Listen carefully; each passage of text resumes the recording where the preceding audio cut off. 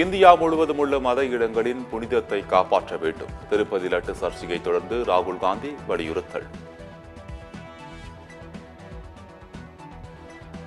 ஜம்மு காஷ்மீருக்குள் பாஜகவை மக்கள் ஒருபோதும் அனுமதிக்க மாட்டார்கள். முதல் கட்ட தேர்தலில் இந்தியா கூட்டணிக்கு வாய்ப்பு அதிகம் என உமர் அப்துல்லா நம்பிக்கை. கும்பகோணத்தில் நடைபெற்ற குறைதீர்க்கும் கூட்டத்தில் வாய்க்கால்களை தூர்வார விவசாயிகள் கோரிக்கை. கோட்டாட்சியரை விவசாயிகள் முற்றுகையிட்டதால் பரபரப்பு.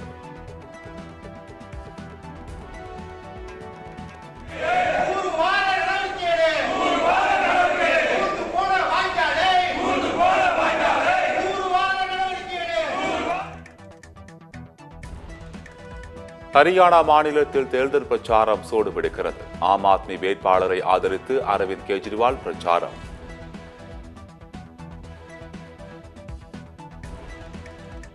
உத்தரப்பிரதேச அரசு டெல்லிக்கு வழங்கும் மின் கட்டணத்தை உயர்த்திவிட்டது. டெல்லி முதலமைச்சராக நாளை பதவியேற்க உள்ள அதிஷி பேட்டி.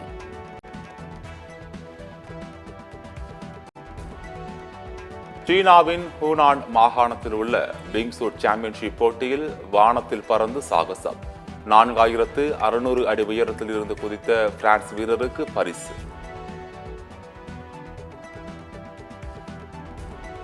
தமிழ்நாட்டில் கோடை காலத்திற்கு இணையாக 10 இடங்களில் 100 டிகிரியை கடந்து வெயில் சுட்டரித்தது. மதுரையில் அதிகபட்சமாக 100 டிகிரி ஃபாரன்ஹீட் வெயில் வாட்டி வதைத்தது. குரூப் 4 பணியிடங்கள் தேவைக்கு ஏற்ப அதிகரிக்கப்படும் என தமிழக அரசு தகவல். அடுத்த 2 ஆண்டுகளில் 75,000 பணியிடங்களுக்கு ஆட்களை தேர்வு செய்ய திட்டம்.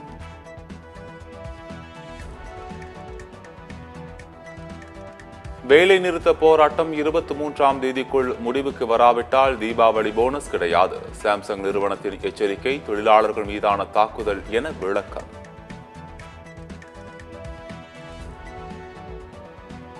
கோவை உள்ளிட்ட இடங்களில் மலையடிவார கிராமங்களில் மண் அள்ள அனுமதிக்கக்கூடாது. மேற்கு தொடர்ச்சி மழை காணாமல் போய்விடும் என உயர்நீதிமன்றம் எச்சரிக்கை.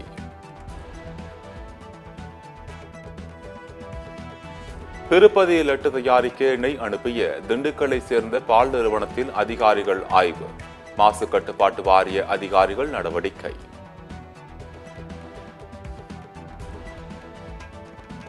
கோவை கேரளா எல்லையில் 13 சோதனை சாவடிகளில் சுகாதாரத்துறையினர் சிறப்பு முகாம்கள் அமைத்து கண்காணிப்பு. கேரளாவில் நிபா வைரஸ் பாதிப்பு எதிரொலியால் தமிழக அரசு நடவடிக்கை.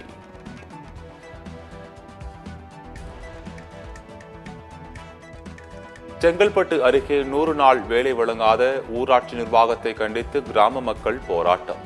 கடந்த நிதியாண்டில் கொளத்தூர் ஊராட்சியில் 7 நாட்கள் மட்டுமே வேலை கொடுத்ததாக குற்றச்சாட்டு.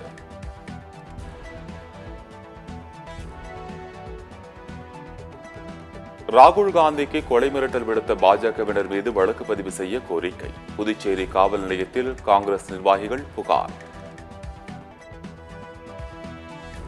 பதப்படுத்தப்பட்ட உணவு, சிவப்பு இறைச்சி, எண்ணெயில் பொரித்த உணவு போன்றவற்றால் புற்றுநோய் பாதிப்பு. ஜிப்மர் மருத்துவர்கள் எச்சரிக்கை. மெட்ரோ ரயில் பணிகளுக்காக பூந்தமல்லி பேருந்து நிலையத்தில் சாலையோர கடைகள் அகற்றம். சாலையோரம் கடை வைத்து பூ பழம் விற்ற வியாபாரிகள் பாதிப்பு.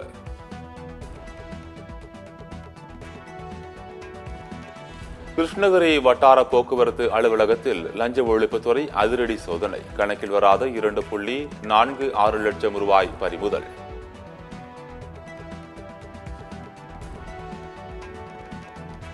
இலங்கையில் நாளை நடைபெறும் அதிபர் தேர்தலில் மும்முனை போட்டி. தற்போதைய அதிபர் ரணில் விக்ரமசிங்கே சுயேட்சையாக போட்டியிடுகிறார்.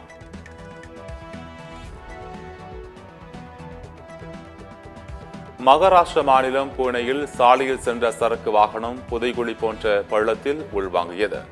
நீண்ட நேர போராட்டத்திற்கு பிறகு சரக்கு வாகனம் கயிறு கட்டி மீட்பு.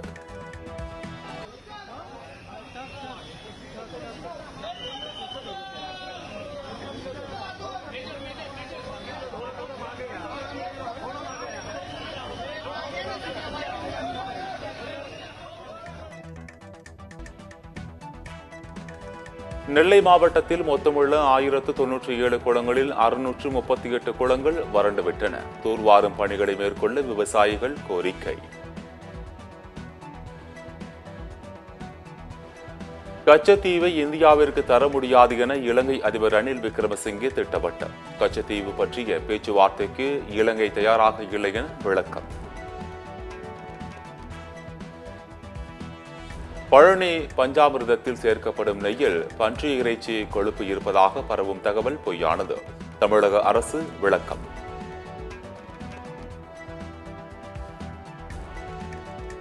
சென்னை தீவுத்திடலில் பட்டாசு விற்பனைக்கு தனியிடம் ஒதுக்க கோரி வழக்கு. பட்டாசு விற்பனையாளர்கள் மனுவை பரிசீலிக்க சென்னை உயர்நீதிமன்றம் உத்தரவு.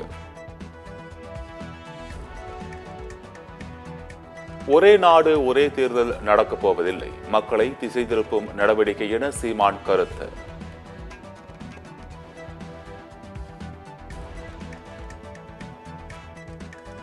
பெண் மருத்துவர் கொலை வழக்கில் சிபிஐ விசாரணையை துரிதப்படுத்த கோரி ஆர்ப்பாட்டம். கொல்கத்தாவில் நடைபெற்ற போராட்டத்தில் ஏராளமான மருத்துவர்கள் பங்கேற்பு.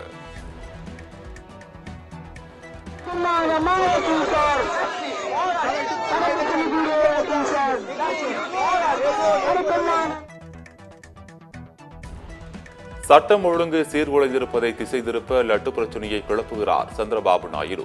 தனது ஆட்சியில் எந்த முறைகேடுகளும் நடைபெறவில்லை என முன்னாள் முதலமைச்சர் ஜெகன்மோகன் விளக்கம். ஸ்ரீவைகுண்டம் அருகே போக்குவரத்துக்கு இடையூறாக கட்டப்பட்ட கடைகளை அகற்ற நடவடிக்கை. ஜேசிபி இயந்திரத்தை மறித்து வியாபாரிகள் போராட்டம்.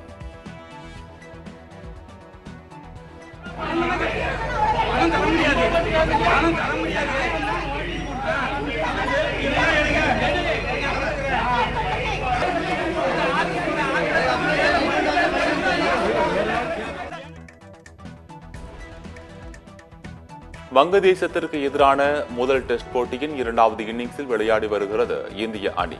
2வது நாள் ஆட்ட நேர முடிவில் இந்திய அணி 308 ரன்கள் முன்னிலை.